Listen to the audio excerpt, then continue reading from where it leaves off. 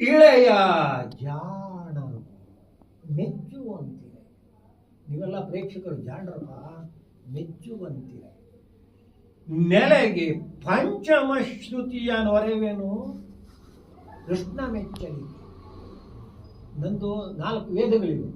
ಆ ವೇದಗಳಲ್ಲಿ ನಂದು 5ನೇ ಶ್ರುತಿ. ಹಲವು, ಇದರ ಪರಿಣಾಮ ಏನು? ಹಲವು ಜನ್ಮದ ಪಾಪರಾಶಿಯ ತೊಳೆವ ಜಲವಿದು.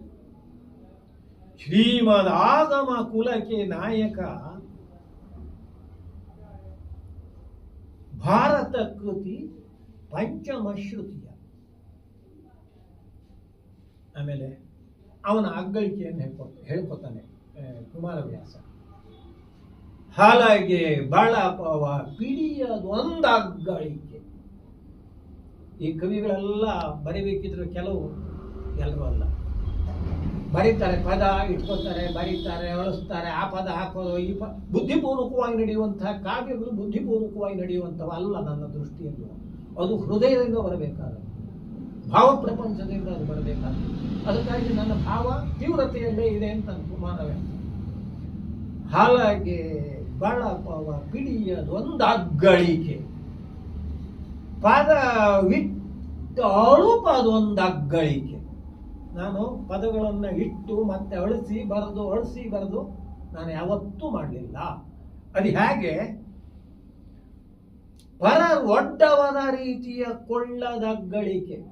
ಪರರ ರೀತಿಯನ್ನ ಅಥವಾ ಪರರಿಂದ ನಾನು ಏನನ್ನೂ ಪಡ್ಕೊಂಡಿಲ್ಲ, ಅವರಿದ್ದನೇನು ಕೃತಿ ಚೌರ್ಯ ಮಾಡಲಿಲ್ಲ ಅಂತ ಅರ್ಥ. ಇದನ್ನು ನೋಡಿ ಹೆಂಗೆ ಬರೀತಾರೆ. ಬಳಸಿ ಬರೆಯಲು ಕಂಠಪತ್ರ ಅಂದರೆ ಆ ಕಾಲದಲ್ಲಿ ಬಳಸ್ತಾ ಇರುವಂಥದ್ದು. ಕಂಠಪತ್ರದ ಉಳುಹು ಗೆಡದ ಅಗ್ಗಳಿಕೆ.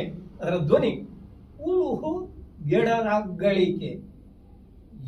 ಈ ಬಲುಹು ಗದುಗಿನ ವೀರ ನಾರಾಯಣನ ಕಿಂಕಡಗೆ. ನಾನು ದೊಡ್ಡವ ಅಂತ ಹೇಳೋಲ್ಲ, ಅವನ ದಾಸ ನಾನು, ನಾರಾಯಣನ ದಾಸ, ಗದುಗಿನ ನಾರಾಯಣನ ದಾಸ ನಾನು. ಹಾಗಾದ್ರೆ ಇದರ ಶಕ್ತಿ ಏನು ಅಂತ ಹೇಳ್ತಾನೆ. ಅರಸುಗಳಿಗಿದು ವೀರ. ನನ್ನ ಕಾವ್ಯವನ್ನು ಓದಿದ್ರೆ ಎಲ್ಲ ರೀತಿಯ ಯುದ್ಧ ನೀತಿಗಳಿವೆ. ಉತ್ಸಾಹ ಅರಸಗಳಿಗೆ ಸಿಕ್ಕೇ ಸಿಗುತ್ತೆ. ದ್ವಿಜರಿಗೆ ಪರಮ ವೇದದ ಸಾರ. 4 ವೇದಗಳನ್ನು ಓದಬೇಕಾಗಿಲ್ಲ, ಅವೆಲ್ಲದರ ಸಾರ ನನ್ನಲ್ಲಿದೆ. ಯೋಗೀಶ್ವರರ ತತ್ವ ವಿಚಾರ. ಮಂತ್ರಿ ಜನಕ್ಕೆ ಬುದ್ಧಿಗುಣ. ವಿರಹಿಗಳ ಶೃಂಗಾರ. ವಿರಹಿಗಳಾದವರಿಗೆ ಇದನ್ನು ಓದಿದಾಗ ರತಿ, ಅದು ಇದು ಕಾಮ ಅನ್ನುವ ಮಟ್ಟದಲ್ಲ, ಕಾಮ ಬೇರೆ, ಶುದ್ಧವಾದದ್ದು. ಆ ರತಿ, ಆ ಶೃಂಗಾರ ಸಿಗ್ತದೆ. ವಿದ್ಯಾ ಪರಿಣತರಿಗೆ ಅಲಂಕಾರ ಶಾಸ್ತ್ರವೂ ಇದೆ ಅಲ್ಲಿ. ವಿದ್ಯಾ ಪರಿಣತರಿಗೆ ಏನು ಬೇಕೋ ಅದೆಲ್ಲವೂ ನನ್ನ ಕಾವ್ಯದಲ್ಲಿದೆ. ಕಾವ್ಯಕ್ಕೆ ಗುರುವೆನಲು ರಚಿಸಿದ ಕುಮಾರವ್ಯಾಸ ಭಾರತವ. ಕಾವ್ಯಕ್ಕೆ ಗುರು. ಎಷ್ಟೋ ಜನ ಕಾವ್ಯಗಳನ್ನು ಬರೆದಿದ್ದಾರೆ, ಅದರಲ್ಲಿ ಗುರು ಯಾರಪ್ಪ ಅಂತಂದ್ರೆ ಕುಮಾರ.